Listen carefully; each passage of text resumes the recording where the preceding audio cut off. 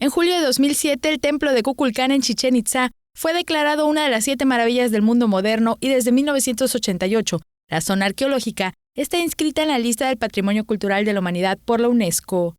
Las 7 maravillas del mundo moderno fueron elegidas por más de 100 millones de personas del mundo por medio de votación abierta por Internet. Las maravillas se dieron a conocer en orden aleatorio por la New Open World Corporation. Los yucatecos se sienten orgullosos de Chichén Itzá, que significa boca del pozo del brujo de agua, cuya imagen se conoce en el mundo y atrae a miles de viajeros cada año. Desde su reapertura, de septiembre a diciembre de 2020, recibió a 300,000 visitantes bajo la nueva normalidad, aplicando los protocolos de bioseguridad necesarios para cuidar la salud de los turistas. Entre sus atractivos se encuentran el show de luces y sonido Chichén Itzá Noches de Kukulcán, espectáculo de videomapping del castillo que cuenta la historia maya de dioses y humanos, ritos y costumbres, el cosmos y las matemáticas descubiertos por los nativos.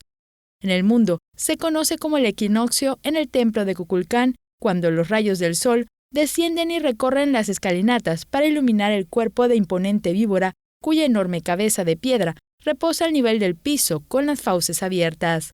La maravilla es única e irrepetible y no se podrían dar en ningún otro lugar porque solo las características de la península lo hacen posible, al cruzar el meridiano 90, que establece uno de los usos horarios del mundo y define ni más ni menos la hora de México.